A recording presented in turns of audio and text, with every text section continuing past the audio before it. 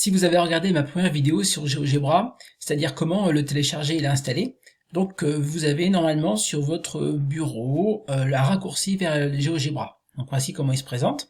Je vais double-cliquer pour lancer le logiciel.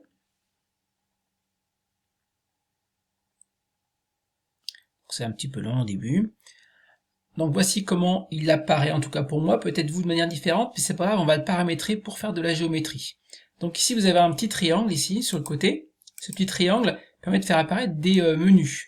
On va le régler en géométrie, donc vous cliquez sur géométrie.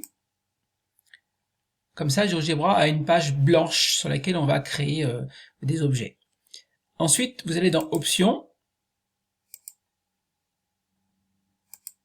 et vous cliquez sur étiquetage, puis vous sélectionnez seulement les nouveaux points. Voilà, maintenant votre GeoGebra est prêt pour faire de la géométrie.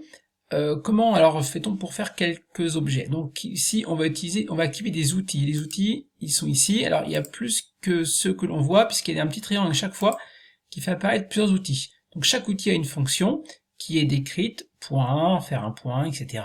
Droite, faire une droite, un segment.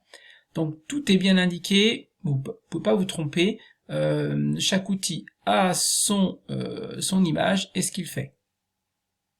On va d'abord faire un point par exemple. On sélectionne, on active l'outil point, on clique sur la page avec le clic gauche et on fait un point. Le fait d'avoir sélectionné tout à l'heure étiquetage, somme et nouveau point, ça nous met un nom à chaque point dans l'ordre alphabétique. A, B, C, D, etc., E, etc. Si je veux revenir en arrière, j'ai, comme dans tout logiciel, une petite flèche retour. Voilà. Ou alors, je peux sélectionner l'outil flèche, qui permet de, en maintenant le clic gauche, de déplacer un objet, mais aussi en le sélectionnant, en appuyant sur la touche supprimer de votre clavier, de le supprimer. On va faire un autre exemple en construisant un triangle, donc c'est polygone.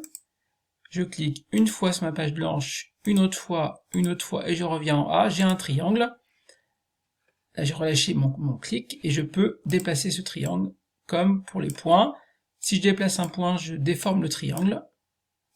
Voilà, c'est assez simple, assez intuitif. Si je veux le colorier, avec mon clic gauche, je me mets à l'intérieur du triangle, je fais un clic droit maintenant, et j'ai un petit menu, et je sélectionne propriétés. Je vois apparaître une fenêtre préférence. Mon polyen, c'est mon triangle. Je peux le colorier en couleur, rouge par exemple, et opacité, c'est le réglage de l'intensité de la couleur, donc rouge à fond. Donc voilà mon triangle, tout en rouge. Si je veux enlever les points, parce que c'est pas très joli, pour l'impression par exemple, je fais un clic droit, et là je décoche objet. Décoche afficher objet. Je le fais pour tous les points.